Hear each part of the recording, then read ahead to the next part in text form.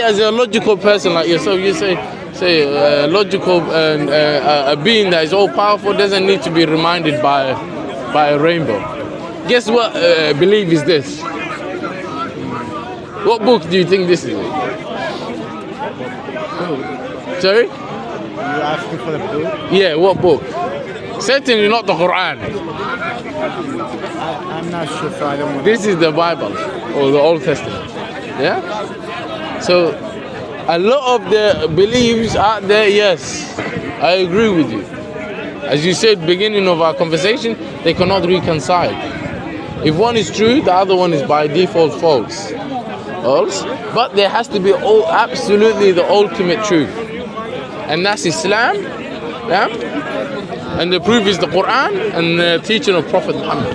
And this is what we're inviting you to. Take your time. If you have any questions, come and ask the Muslims. Don't be shy. Because there's two people that don't learn, brother. Do you know what they are? Who they are? No?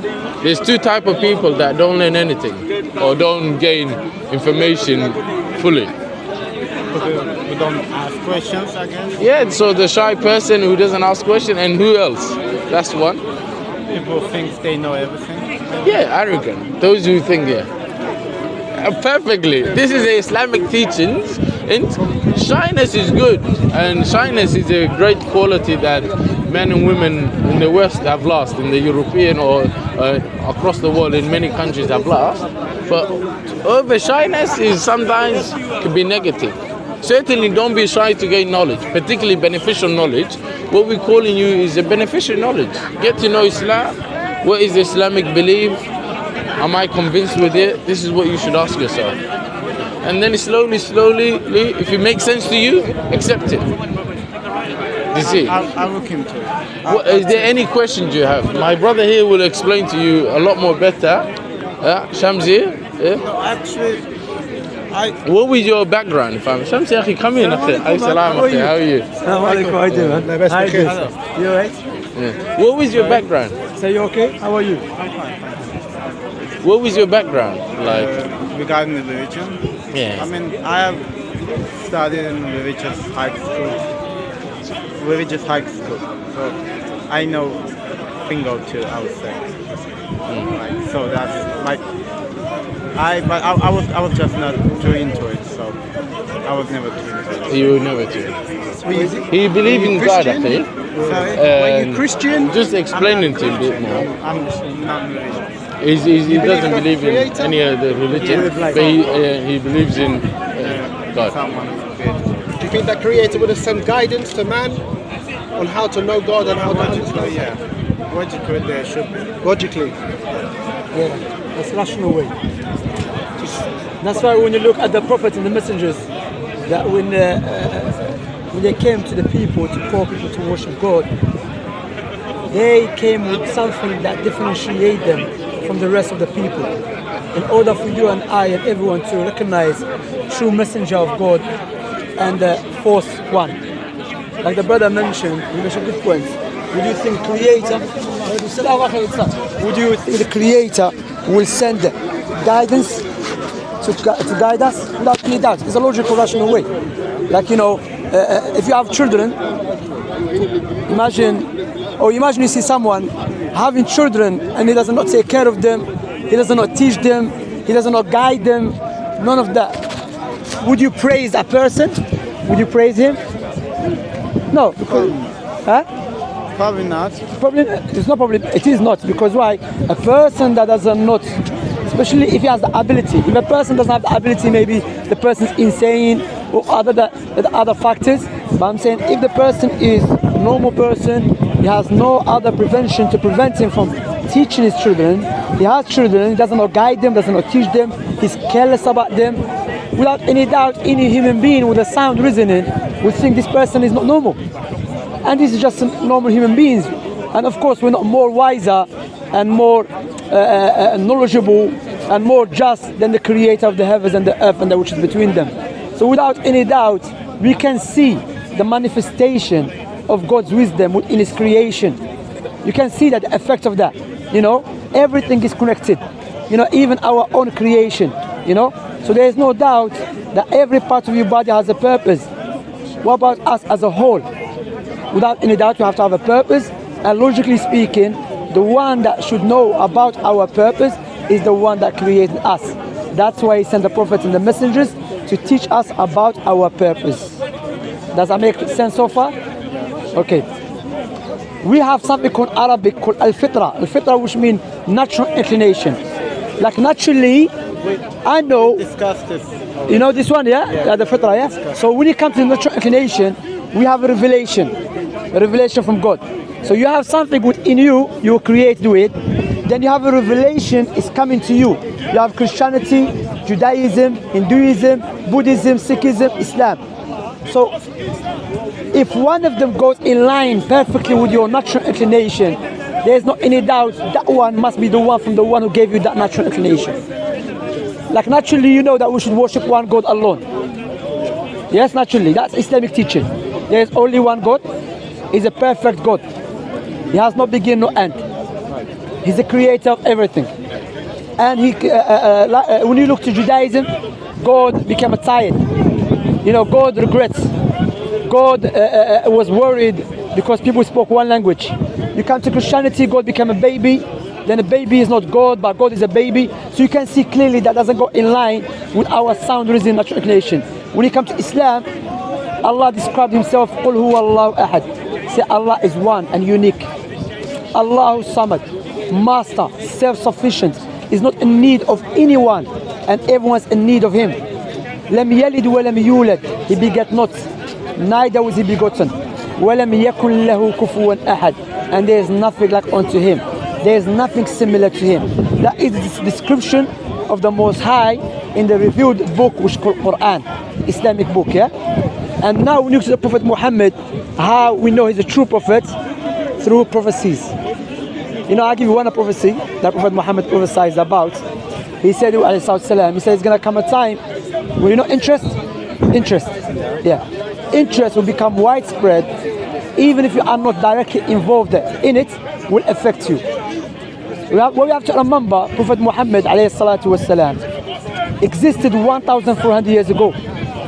So he prophesied about something, not randomly, specifically detailed precisely, about something that you and I and all of us, we can observe it. Now when you open a bank account, you are getting involved in interest. Yes? So now all of us, some of us are directly involved, some of us are affected by it. So the question we ask ourselves, how men that lived 1,400 years ago knew about something that we can observe right now, we can see right now? Another prophecy Prophet Muhammad mentioned, he said there will come a time when you see the barefoot Arab man, you know, the Arabs, yeah, the Bedouins, competing in building tall buildings.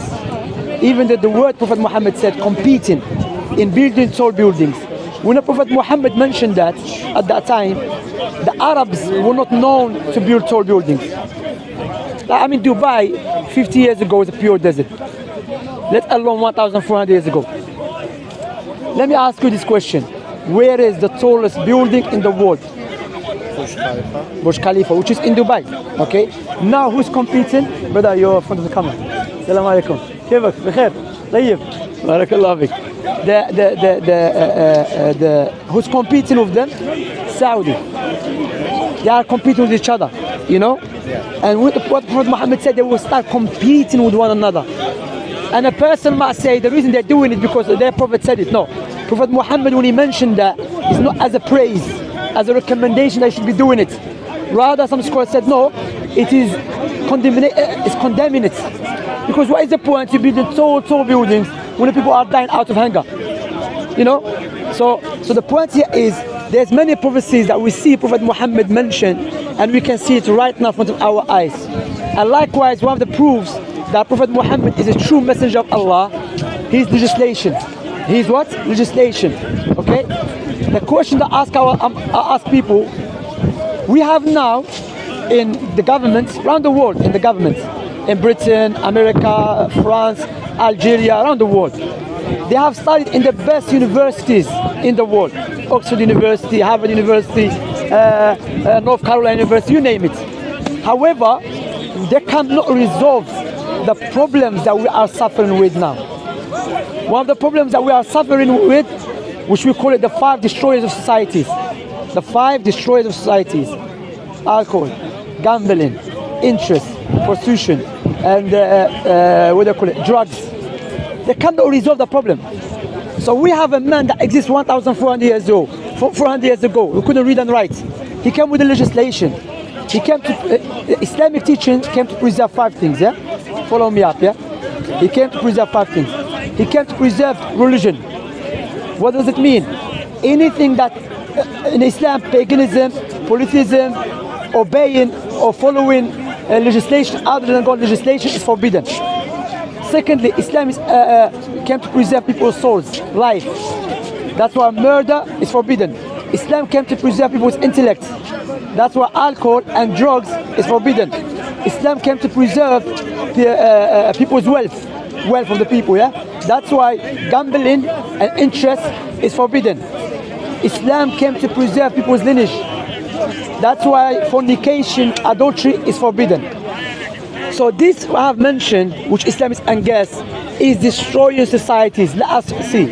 Alcohol, is it good for people or bad for people? Bad for them. It's good, without any doubt. Alcohol, literally, you are killing your kidney. And it's not just that. Majority of crimes has been carried out in England because of alcohol. And in England, you can check the Home Office website, 2.something billion money is being spent on NHS just to deal with the people that have side effects because of alcohol.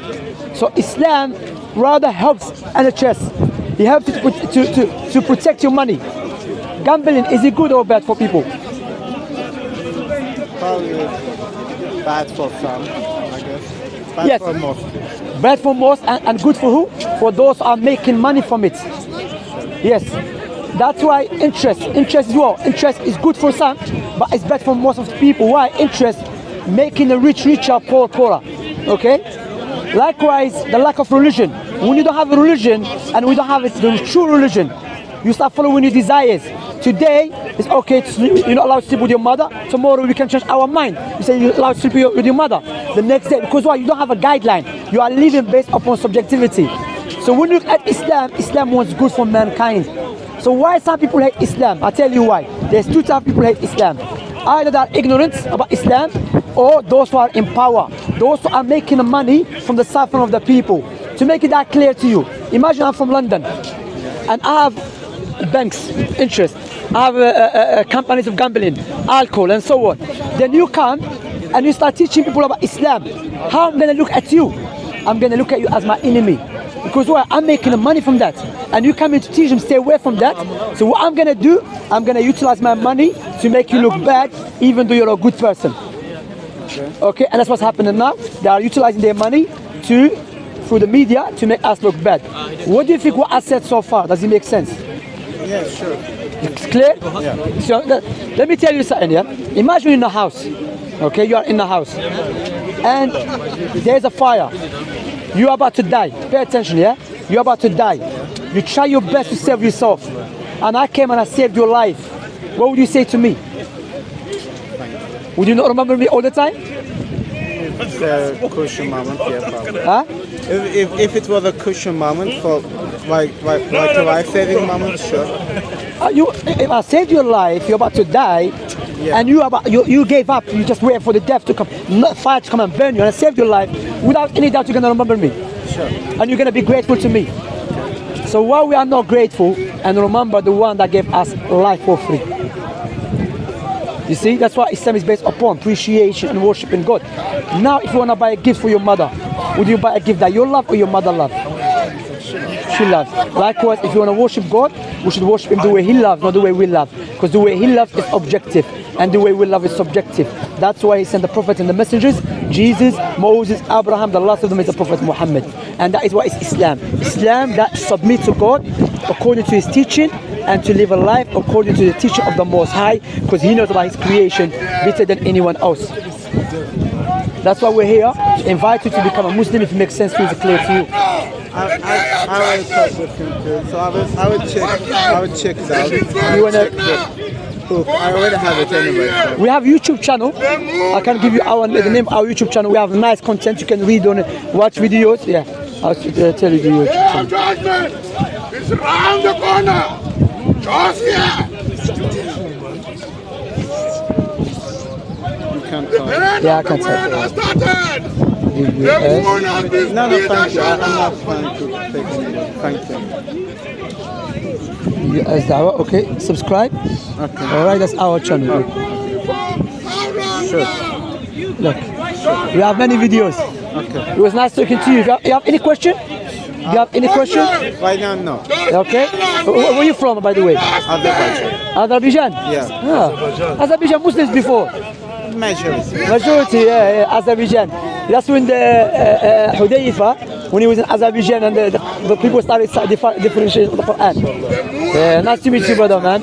And I pray, you know what I do? When you go home, sincerely pray for guidance, because one day we're going to die. And we're going to turn back to God. So we have to know what is the correct way to worship Him and be grateful to Him before it's too late. All right, nice talking to you, brother. Yeah, take care of yourself. Thanks, man. أخي اسمعوني السلام عليكم والله يا أخي this guy زول السلام عليكم كيفكم